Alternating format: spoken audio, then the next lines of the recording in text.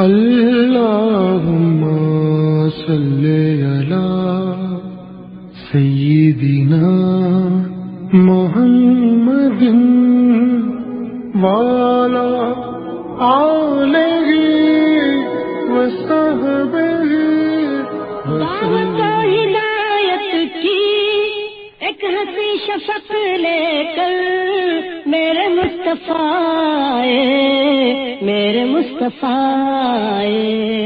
کفر کے اندھیروں میں نور کا طبق لے کر میرے مصطفیٰ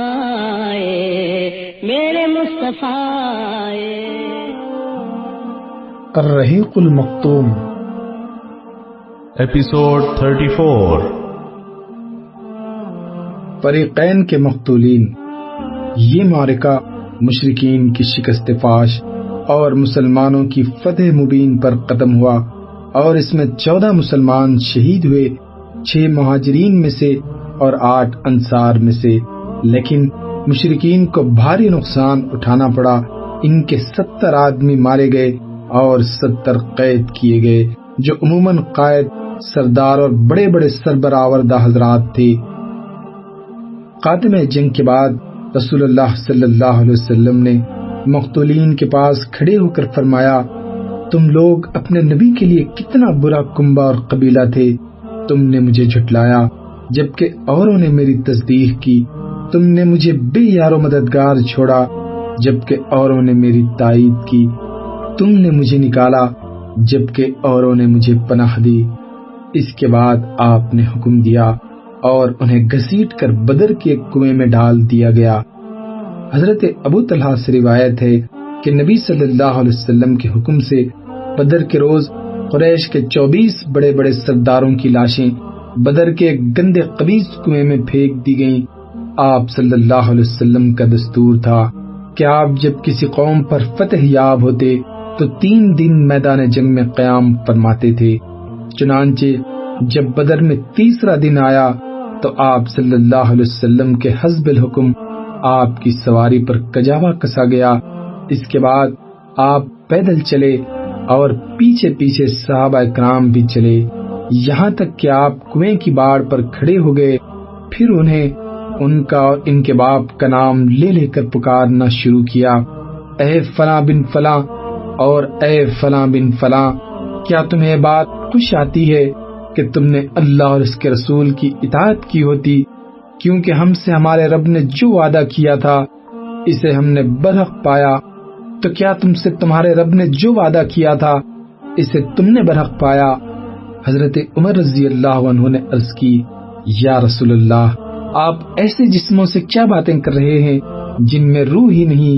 نبی صلی اللہ علیہ وسلم نے فرمایا، اس ذات کی قسم جس کے ہاتھ میں محمد کی جان ہے صلی اللہ علیہ وسلم، میں جو کچھ کہہ رہا ہوں اسے تم لوگ ان سے زیادہ نہیں سن رہے ہو۔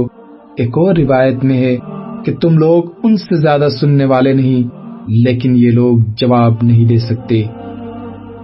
مکے میں شکست کی خبر۔ مشرکین نے میدان بدر سے غیر منظم شکل میں بھاگتے ہوئے تتر بتر ہو کر گھبراہٹ کے عالم میں مکے کا رخ کیا۔ شرم و ندامت کے سبب ان کی سمجھ میں نہیں آ رہا تھا کہ کس طرح مکے میں داخل ہوں۔ ابن ساخ کہتے ہیں کہ سب سے پہلے جو شخص قریش کی شکست کی خبر لے کر مکے وارد ہوا وہ ہے عثمان بن عبداللہ قزائی تھا۔ لوگوں نے اس سے دریافت کیا کہ پیچھے کی کیا خبر ہے۔ اس نے کہا، عتبہ بن ربیعہ، شیبہ بن ربیعہ، ابو الحکم بن حشام، امیہ بن خلف اور مزید کچھ سرداروں کا نام لیتے ہوئے یہ سب قتل کر دیے گئے۔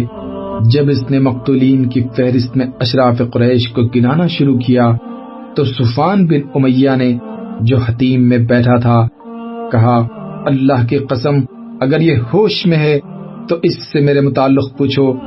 لوگوں نے پوچھا، صفوان بن امیہ کا کیا ہوا؟ اس نے کہا، وہ دیکھو حتیم میں بیٹھا ہوا ہے، واللہ اس کے باپ اور اس کے بھائی کو قتل ہوتے ہوئے میں نے خود دیکھا ہے۔ رسول اللہ صلی اللہ علیہ وسلم کے مولا ابو رافع کا بیان ہے کہ میں ان دنوں حضرت عباس کا غلام تھا، ہمارے گھر میں اسلام داخل ہو چکا تھا، حضرت عباس مسلمان ہو چکے تھے، ام الفضل مسلمان ہو چکی تھی، میں بھی مسلمان ہو چکا تھا۔ البتہ حضرت عباس نے اپنا اسلام چھپا رکھا تھا۔ ادھر ابو لہب جنگ بدر میں حاضر نہ ہوا تھا۔ جب اسے قبر ملی تو اللہ نے اس پر ذلت اور رسوائی طاری کر دی اور ہمیں اپنے اندر قوت و عزت محسوس ہوئی۔ میں کمزور آدمی تھا، تیر بنایا کرتا تھا اور زمزم کے حجرے میں بیٹھا تیر کے دستے چھیلتا رہتا تھا۔ واللہ اس وقت میں حجرے میں بیٹھا اپنے تیر چھیل رہا تھا، میرے پاس ام الفضل بیٹھی ہوئی تھی اور جو قبر آئی تھی اس سے ہم شاداں و فرحاں تھے کہ اتنے میں ابو لہب اپنے دونوں پاؤں بری طرح گھسیٹتا ہوا آ پہنچا اور حجرے کے کنارے پر بیٹھ گیا۔ اس کی پیٹھ میری پیٹھ کی طرف تھی۔ ابھی وہ بیٹھا ہی ہوا تھا کہ اچانک شور ہوا، یہ ابو سفیان بن حارث بن عبد المطلب آ گیا۔ ابو لہب نے اس سے کہا، میرے پاس آؤ، میری عمر کی قسم تمہارے پاس قبر ہے۔ وہ ابو لہب کے پاس بیٹھ گیا۔ لوگ کھڑے تھے۔ ابو لہب نے کہا، بھتیجے بتاؤ لوگوں کا کیا حال رہا؟ اس نے کہا، کچھ نہیں، بس لوگوں سے ہماری مدبھیڑ ہوئی اور ہم نے اپنے کندھے ان کے حوالے کر دیے۔ وہ ہمیں جیسے چاہتے تھے قتل کرتے تھے اور جیسے چاہتے تھے قید کرتے تھے، اور اللہ کی قسم میں اس کے باوجود لوگوں کو ملامت نہیں کر سکتا۔ در حقیقت ہماری مدبھیڑ کچھ ایسے گورے چٹے لوگوں سے ہوئی تھی جو آسمان و زمین کے درمیان چت کبرے گھوڑوں پر سوار تھے۔ اللہ کی قسم نہ وہ کسی چیز کو چھوڑتے تھے اور نہ کوئی چیز ان کے مقابل ٹک پاتی تھی۔ ابو رافع کہتے ہیں کہ میں نے اپنے ہاتھ سے قیمے کا کنارہ اٹھایا، پھر کہا، وہ اللہ کی قسم فرشتے تھے۔ یہ سن کر ابو لہب نے اپنا ہاتھ اٹھایا اور میرے چہرے پر زوردار تھپڑ رسید کیا۔ میں اس سے لڑ پڑا، لیکن اس نے مجھے اٹھا کر زمین پر پٹک دیا، پھر میرے اوپر گھٹنے کے بل بیٹھ کر مجھے مارنے لگا۔ میں کمزور جو ٹھہرا، لیکن ام الفضل نے اٹھ کر قیمے کا ایک کھمبا لیا اور اسے ایسی ضرب ماری کہ سر میں بری چوٹ آ گئی، اور ساتھ ہی بولی، اس کا مالک نہیں ہے، اس لیے اسے کمزور سمجھ رکھا ہے۔ ابو لہب رسوا ہو کر اٹھا اور چلا گیا۔ اس کے بعد اللہ کی قسم صرف 7 راتیں گزری تھی کہ اللہ نے اسے عدسہ یعنی ایک قسم کے طاعون میں مبتلا کر دیا اور اس کا خاتمہ کر دیا۔ عدسہ کی گلٹی کو عرب بہت منحوس سمجھتے تھے، چنانچہ مرنے کے بعد اس کے بیٹوں نے بھی اسے یوں ہی چھوڑ دیا اور وہ 3 روز تک بے گور و کفن پڑا رہا۔ کوئی اس کے قریب نہ جاتا تھا اور نہ اس کی تدفین کی کوشش کرتا تھا۔ جب اس کے بیٹوں کو خطرہ محسوس ہوا کہ اس طرح چھوڑنے پر لوگ انہیں ملامت کریں گے، تو ایک گڑھا کھود کر اسی میں لکڑی سے اس کی لاش دھکیل دی اور دور ہی سے پتھر پھینک پھینک کر چھپا دی۔ غرض اس طرح اہل مکہ کو میدان بدر کی شکست فاش کی خبر ملی اور ان کی طبیعت پر اس کا نہایت برا اثر پڑا، حتیٰ کہ انہوں نے مقتولین پر نوحہ کرنے کی ممانعت کر دی تاکہ مسلمانوں کو اس کے غم پر خوش ہونے کا موقع نہ ملے۔ اس سلسلے کا ایک دلچسپ واقعہ یہ ہے کہ جنگ بدر میں اسود بن عبد المطلب کے 3 بیٹے مارے گئے، اس لیے وہ ان پر رونا چاہتا تھا۔ وہ اندھا آدمی تھا۔ ایک رات اس نے نوحہ کرنے والی عورت کی آواز سنی، جھٹ اپنے غلام کو بھیجا اور کہا، ذرا دیکھو کیا نوحہ کرنے کی اجازت مل گئی ہے؟ کیا قریش اپنے مقتولین پر رو رہے ہیں تاکہ میں بھی اپنے بیٹے ابو حکیمہ پر روں، کیونکہ میرا سینہ جل رہا ہے۔ غلام نے واپس آ کر بتایا کہ یہ عورت تو اپنے گم شدہ اونٹ پر رو رہی ہے۔ اسود یہ سن کر اپنے آپ پر قابو نہ پا سکے اور بے اختیار کہہ پڑا، کیا وہ اس بات پر روتی ہے کہ اس کا اونٹ غائب ہو گیا اور اس پر بے قابی نے اس کی نیند حرام کر رکھی ہے؟ تو اونٹ پر نہ رو بلکہ بدر پر رو جہاں قسمتیں پھوٹ گئیں۔ ہاں بدر پر رو جہاں بنی حسیس، بنی مخزوم اور ابو الولید کے قبیلے کے سربراوردہ افراد ہیں۔ اگر رونا ہی ہے تو عقیل پر رو اور حارث پر رو جو شیروں کا شیر تھا۔ تو ان لوگوں پر رو اور سب کا نام نہ لے، اور ابو حکیمہ کا تو کوئی ہمسر ہی نہ تھا۔ دیکھو ان کے بعد ایسے ایسے لوگ سردار ہو گئے کہ اگر بدر کا دن نہ ہوتا تو وہ سردار نہ ہو سکتے تھے۔ مدینے میں فتح کی خوشخبری۔ ادھر مسلمانوں کی فتح مکمل ہو چکی تو رسول اللہ صلی اللہ علیہ وسلم نے اہل مدینہ کو جلد از جلد خوشخبری دینے کے لیے 2 قاصد روانہ فرمائے۔ ایک حضرت عبداللہ بن رواحہ جنہیں اوالا یعنی بالائی مدینے کے باشندوں کے پاس بھیجا گیا، اور دوسرے حضرت زید بن حارثہ جنہیں زیرین مدینہ کے باشندوں کے پاس بھیجا گیا۔ اس دوران یہود اور منافقین نے جھوٹے پروپیگنڈے کر کے مدینے میں ہلچل بپا کر رکھی تھی، یہاں تک کہ یہ خبر بھی اڑا رکھی تھی کہ نبی صلی اللہ علیہ وسلم قتل کر دیے گئے۔ چنانچہ جب ایک منافق نے حضرت زید بن حارثہ کو نبی صلی اللہ علیہ وسلم کی اونٹنی قصوہ پر سوار آتے دیکھا تو بول پڑا، واقعی محمد صلی اللہ علیہ وسلم قتل کر دیے گئے ہیں، دیکھو یہ تو انہی کی اونٹنی ہے، ہم اسے پہچانتے ہیں، اور یہ زید بن حارثہ ہے، شکست کھا کر بھاگا ہے اور اس قدر مروب ہے کہ اس کی سمجھ میں نہیں آتا کہ کیا کہے۔ بہرحال جب دونوں قاصد پہنچے تو مسلمانوں نے انہیں گھیر لیا اور ان سے تفصیلات سننے سے لگے، حتیٰ کہ انہیں یقین آ گیا کہ مسلمان فتح یاب ہوئے ہیں۔ اس کے بعد ہر طرف مسرت و شادمانی کی لہر دوڑ گئی اور مدینے کے در و بام تہلیل و تکبیر کے نعروں سے گونج اٹھے، اور جو سر برآوردہ مسلمان مدینے میں رہ گئے تھے وہ رسول اللہ صلی اللہ علیہ وسلم کو اس فتح مبین کی مبارکباد دینے کے لیے بدر کے راستے پر نکل پڑے۔ حضرت اسامہ بن زید کا بیان ہے کہ ہمارے پاس اس وقت خبر پہنچی جب رسول اللہ صلی اللہ علیہ وسلم کی صاحبزادی حضرت رقیہ رضی اللہ عنہا کو، جو حضرت عثمان رضی اللہ عنہ کے عقد میں تھی، دفن کر کے قبر پر مٹی برابر کر چکے تھے۔ ان کی تیمارداری کے لیے حضرت عثمان رضی اللہ عنہ کے ساتھ مجھے بھی رسول اللہ صلی اللہ علیہ وسلم نے مدینے ہی میں چھوڑ دیا تھا۔ مال غنیمت کا مسئلہ۔ رسول اللہ صلی اللہ علیہ وسلم نے معرکہ ختم ہونے کے بعد 3 دن بدر میں قیام فرمایا، اور ابھی آپ صلی اللہ علیہ وسلم نے میدان جنگ سے کوچ نہیں فرمایا تھا کہ مال غنیمت کے بارے میں لشکر کے اندر اختلاف پڑ گیا، اور جب یہ اختلاف شدت اختیار کر گیا تو رسول اللہ صلی اللہ علیہ وسلم نے حکم دیا کہ جس کے پاس جو کچھ ہے وہ آپ کے حوالے کر دے۔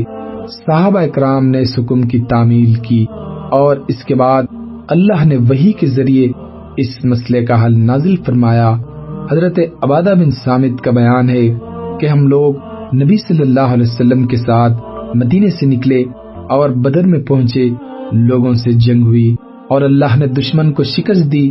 پھر ایک گروہ ان کے تعاقب میں لگ گیا اور انہیں کھدیڑنے اور قتل کرنے لگا، اور ایک گروہ مال غنیمت پر ٹوٹ پڑا اور اسے بٹورنے اور سمیٹنے لگا، اور ایک گروہ نے رسول اللہ صلی اللہ علیہ وسلم کے گرد گھیرا ڈالے رکھا کہ مبادا دشمن دھوکے سے آپ کو کوئی اذیت پہنچا دے۔ جب رات آئی اور لوگ پلٹ پلٹ کر ایک دوسرے کے پاس پہنچے تو مال غنیمت جمع کرنے والوں نے کہا کہ ہم نے اسے جمع کیا ہے، لہذا اس میں کسی اور کا کوئی حصہ نہیں۔ دشمن کا تعاقب کرنے والوں نے کہا تم لوگ ہم سے بڑھ کر اس کے حقدار نہیں، کیونکہ اس مال سے دشمن کو بھگانے اور دور رکھنے کا کام ہم نے کیا تھا۔ اور جو لوگ رسول اللہ صلی اللہ علیہ وسلم کی حفاظت فرما رہے تھے انہوں نے کہا ہمیں یہ خطرہ تھا کہ دشمن آپ کو غفلت میں پا کر کوئی اذیت نہ پہنچا دے، اس لیے ہم آپ صلی اللہ علیہ وسلم کی حفاظت میں مشغول رہے۔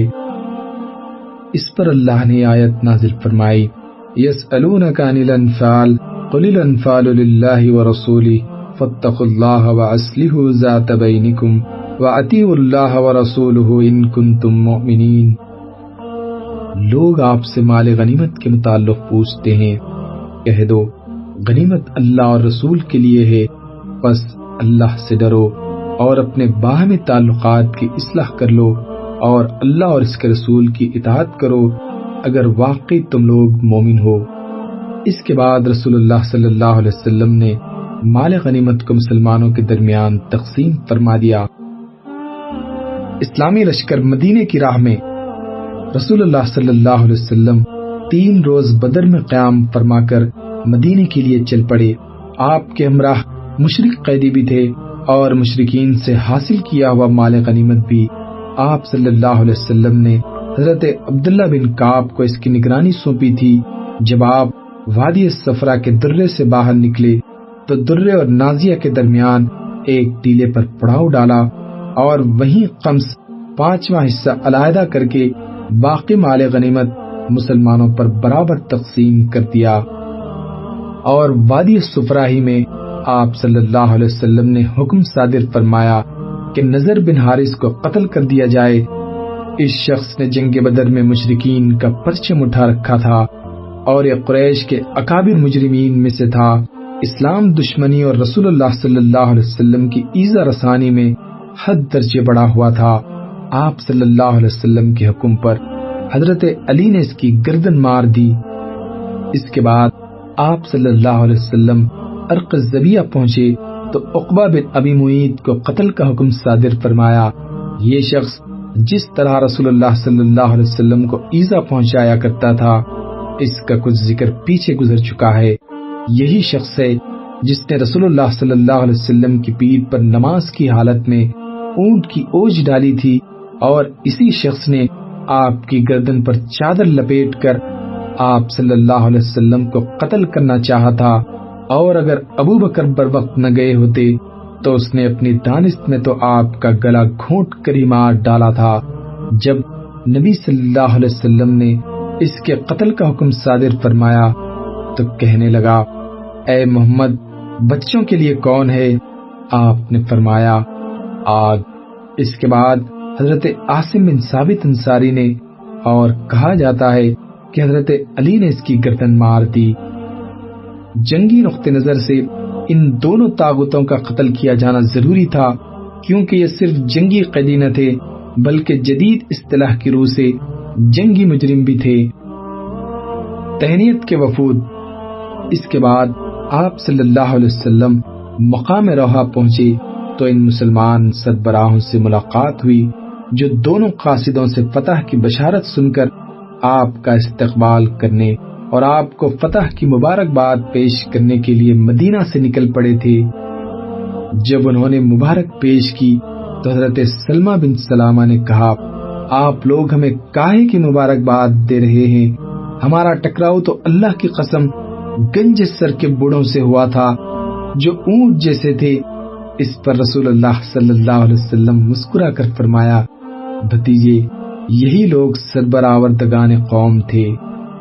اس کے بعد حضرت اسید بن حضیر عرض پرداز ہوئے، یا رسول اللہ، اللہ کی حمد ہے کہ اس نے آپ کو کامیابی سے امکنار کیا اور آپ کی آنکھوں کو ٹھنڈک بخشی۔ واللہ میں یہ سمجھتے ہوئے بدر سے پیچھے نہ رہا تھا کہ آپ کا ٹکراؤ دشمن سے ہوگا۔ میں تو سمجھ رہا تھا کہ بس قافلے کا معاملہ ہے، اور اگر میں یہ سمجھتا کہ دشمن سے سابقہ پڑے گا تو میں پیچھے نہ رہتا۔ رسول اللہ صلی اللہ علیہ وسلم نے فرمایا، سچ کہتے ہو۔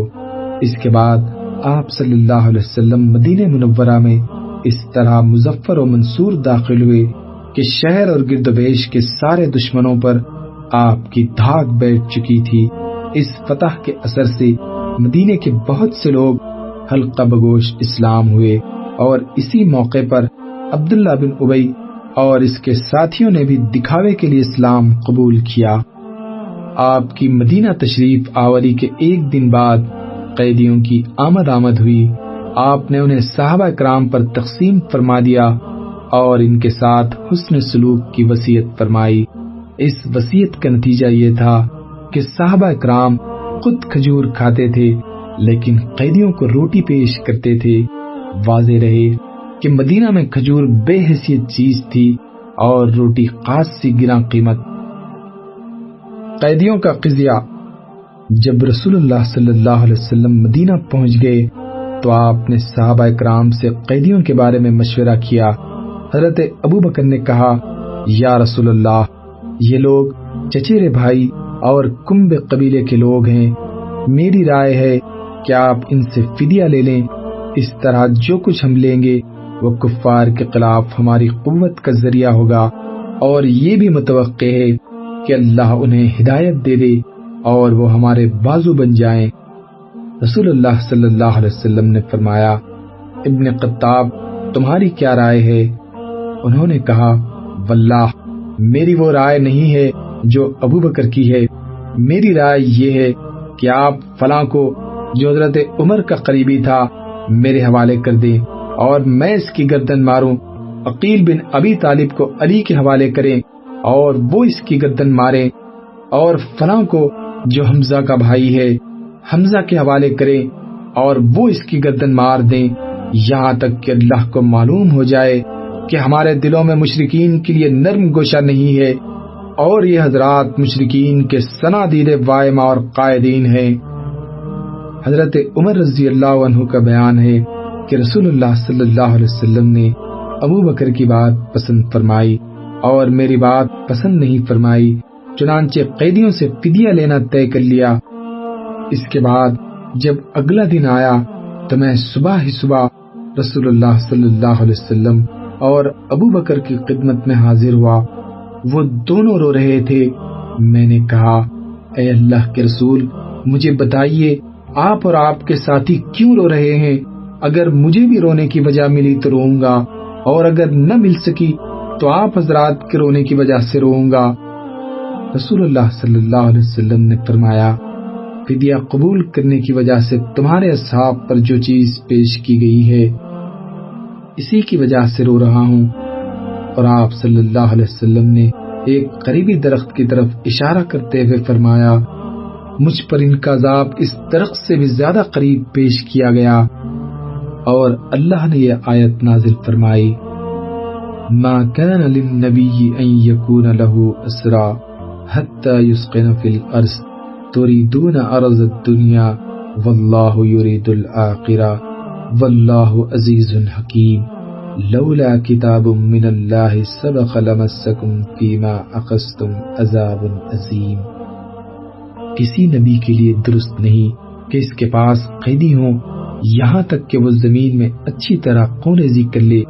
تم لوگ دنیا کا سامان چاہتے ہو اور اللہ آخرت چاہتا ہے، اور اللہ غالب حکمت والا ہے، اور اللہ کی طرف سے جو نوشتہ سبقت کر چکا تھا وہ یہ تھا، یعنی مشرکین کو جنگ میں قیدی کرنے کے بعد یا تو احسان کرو یا فدیہ لے لو۔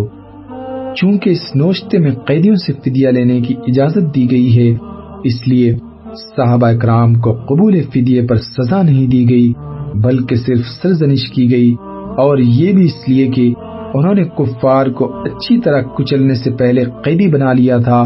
اور کہا جاتا ہے کہ آیت مذکورہ بعد میں نازل ہوئی، اور جو نوشت اللہ کی طرف سے سبقت کر چکا تھا، اس سے مراد اللہ تعالیٰ کا یہ فیصلہ تھا کہ اس امت کے لیے مال غنیمت حلال ہے یا کہ اہل بدر کے لیے رحمت و مغفرت ہے۔ بہرحال چونکہ حضرت ابو بکر کی رائے کے مطابق معاملہ طے ہو چکا تھا، اس لیے مشرکین سے فدیہ لیا گیا۔ فدیے کی مقدار 4000 اور 3000 درہم سے لے کر 1000 درہم تک تھی۔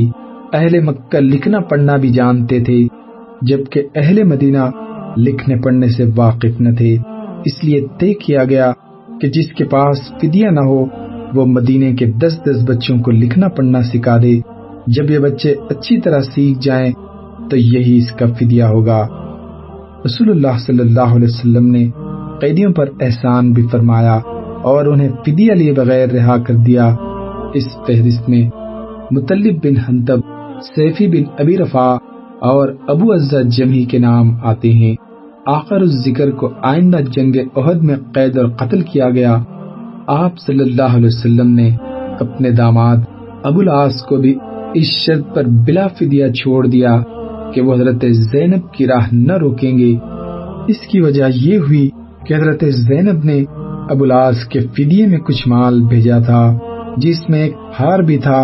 یہ ہار درحقیقت خدیجہ رضی اللہ عنہا کا تھا، اور جب انہوں نے حضرت زینب کو ابو العاص کے پاس رخصت کیا تھا تو یہ ہار انہیں دے دیا تھا۔ رسول اللہ صلی اللہ علیہ وسلم نے اسے دیکھا تو آپ پر بڑی رقت طاری ہو گئی اور آپ صلی اللہ علیہ وسلم نے صحابہ اکرام سے اجازت چاہی کہ ابو العاص کو چھوڑ دیں۔ صحابہ نے اسے بصر و چشم قبول لیا اور رسول اللہ صلی اللہ علیہ وسلم نے ابو العاص کو اس شرط پر چھوڑ دیا کہ وہ حضرت زینب کی راہ چھوڑ دیں گے۔ چنانچہ حضرت ابو العاص نے ان کا راستہ چھوڑ دیا اور حضرت زینب نے ہجرت فرمائی۔ رسول اللہ صلی اللہ علیہ وسلم نے حضرت زید بن حارثہ اور ایک انصاری صحابی کو بھیج دیا کہ تم دونوں بطن یا جج میں رہنا، جب زینب تمہارے پاس سے گزرے تو ساتھ ہو لینا۔ یہ دونوں حضرات تشریف لے گئے اور حضرت زینب کو ساتھ لے کر مدینہ واپس ہوئے۔ حضرت زینب رضی اللہ عنہا کی ہجرت کا واقعہ بڑا طویل اور المناک ہے۔ قیدیوں میں سہیل بن عمرو بھی تھا جو بڑا زبان آور خطیب تھا۔ حضرت عمر رضی اللہ عنہ نے کہا، اے اللہ کے رسول، سہیل بن عمرو کے اگلے 2 دانت توڑوا دیجئے، اس کی زبان لپٹ جایا کرے گی اور وہ کسی جگہ خطیب بن کر آپ کے خلاف کبھی کھڑا نہ ہو سکے گا۔ لیکن رسول اللہ صلی اللہ علیہ وسلم نے ان کی یہ گزارش مسترد کر دی کیونکہ یہ مسئلے کے ضمن میں آتا ہے جس پر قیامت کے روز اللہ کی طرف سے پکڑ کا خطرہ تھا۔ حضرت سعد بن نعمان عمرہ کرنے کے لیے نکلے تو انہیں ابو سفیان نے قید کر لیا۔ ابو سفیان کا بیٹا عمر بھی جنگ بدر کے قیدیوں میں تھا، چنانچہ عمر کو ابو سفیان کے حوالے کر دیا گیا اور اس نے حضرت سعد کو چھوڑ دیا۔ قرآن کا تبصرہ۔ اسی غزوے کے تعلق سے سورہ انفال نازل ہوئی جو در حقیقت اس غزوے پر ایک الہی تبصرہ ہے۔ گر یہ تعبیر صحیح ہو اور یہ تبصرہ بادشاہوں اور کمانڈروں وغیرہ کے فاتحانہ تبصروں سے بالکل ہی جداگانہ ہے۔ اس تبصرے کی چند باتیں مختصراً یہ ہیں۔ اللہ تعالیٰ نے سب سے پہلے مسلمانوں کی نظر ان کوتاہیوں اور اخلاقی کمزوریوں کی طرف مبذول کرائی جو ان میں فی الجملہ باقی رہ گئی تھی۔ اللہ تعالیٰ نے سب سے پہلے مسلمانوں کی نظر ان کوتاہیوں اور اخلاقی کمزوریوں کی طرف مبذول کرائی جو ان میں فی الجملہ باقی رہ گئی تھی اور جن میں سے بعض کا اظہار اس موقع پر ہو گیا۔ اس توجہ دہانی کا مقصود یہ تھا کہ مسلمان اپنے آپ کو ان کمزوریوں سے پاک صاف کر کے کامل ترین بن جائیں۔ اس کے بعد اس فتح میں اللہ تعالیٰ کی جو تائید اور غیبی مدد شامل تھی اس کا ذکر فرمایا۔ اس کا مقصود یہ تھا کہ مسلمان اپنی شجاعت و بصالت کے فریب میں نہ آ جائیں جس کے نتیجے میں مزاج و طبع پر غرور و تکبر کا تسلط ہو جاتا ہے، بلکہ وہ اللہ تعالیٰ پر توکل کریں اور اس کے اور پیغمبر کے اطاعت کیش رہیں۔ پھر ان بلند اغراض و مقاصد کا تذکرہ کیا گیا جن کے لیے رسول اللہ صلی اللہ علیہ وسلم نے اس خوفناک اور خونریز معرکے میں قدم رکھا تھا، اور اسی ضمن میں ان اخلاق و اوصاف کی نشاندہی کی گئی ہے جو معرکوں میں فتح کا سبب بنتے ہیں۔ پھر مشرکین و منافقین کو اور یہود اور جنگی قیدیوں کو مخاطب کر کے فصیح و بلیغ نصیحت فرمائی گئی ہے تاکہ وہ حق کے سامنے جھک جائیں اور اس کے پابند بن جائیں۔ اس کے بعد مسلمانوں کو مال غنیمت کے معاملے میں مخاطب کرتے ہوئے انہیں اس مسئلے کے تمام بنیادی قواعد و اصول سمجھائے اور بتائے گئے ہیں۔ پھر اس مرحلے پر اسلامی دعوت کو جنگ و صلح کے جن قوانین کی ضرورت تھی ان کی توضیح اور مشروعیت ہے تاکہ مسلمانوں کی جنگ اور اہل جاہلیت کی جنگ میں امتیاز قائم ہو جائے اور اخلاق و کردار کے میدان میں مسلمانوں کو برتری حاصل رہے اور دنیا اچھی طرح جان لے کہ اسلام محض ایک نظریہ نہیں ہے بلکہ وہ جن اصولوں اور ضابطوں کا داعی ہے ان کے مطابق اپنے ماننے والوں کی عملی تربیت بھی کرتا ہے۔ پھر اسلامی حکومت کے قوانین کی کئی دفعات بیان کی گئی ہیں جن سے واضح ہوتا ہے کہ اسلامی حکومت کے دائرے میں بسنے والے مسلمان اور اس دائرے سے باہر رہنے والے مسلمانوں میں کیا فرق ہے۔ متفرق واقعات۔ 2 ہجری میں رمضان کا روزہ اور صدقہ فطر فرض کیا گیا اور زکوٰۃ کے متعلق نصابوں کی تفصیلات تعین کی گئیں، صدقہ فطر کی فرضیت اور زکوٰۃ کے نصاب کی تعین سے اس بوجھ اور مشقت میں بڑی کمی آ گئی، جس سے فقراء و مہاجرین کی ایک بڑی تعداد دوچار تھی، کیونکہ وہ طلب رزق کے لیے زمین میں دوڑ دھوپ کے امکانات سے محروم تھے۔ پھر نہایت نفیس موقع اور خوشگوار اتفاق یہ تھا کہ مسلمانوں نے اپنی زندگی میں پہلی عید جو منائی وہ شوال 2 ہجری کی عید تھی، جو جنگ بدر کی فتح مبین کے بعد پیش آئی۔ کتنی خوشگوار تھی یہ عید سعید، جس کی سعادت اللہ تعالیٰ نے مسلمانوں کے سر فتح و عزت کا تاج رکھنے کے بعد عطا فرمائی، اور کتنا ایمان افروز تھا اس نماز عید کا منظر، جسے مسلمانوں نے اپنے گھروں سے نکل کر تکبیر و توحید اور تحمید و تسبیح کی آوازیں بلند کرتے ہوئے میدان میں جا کر ادا کیا۔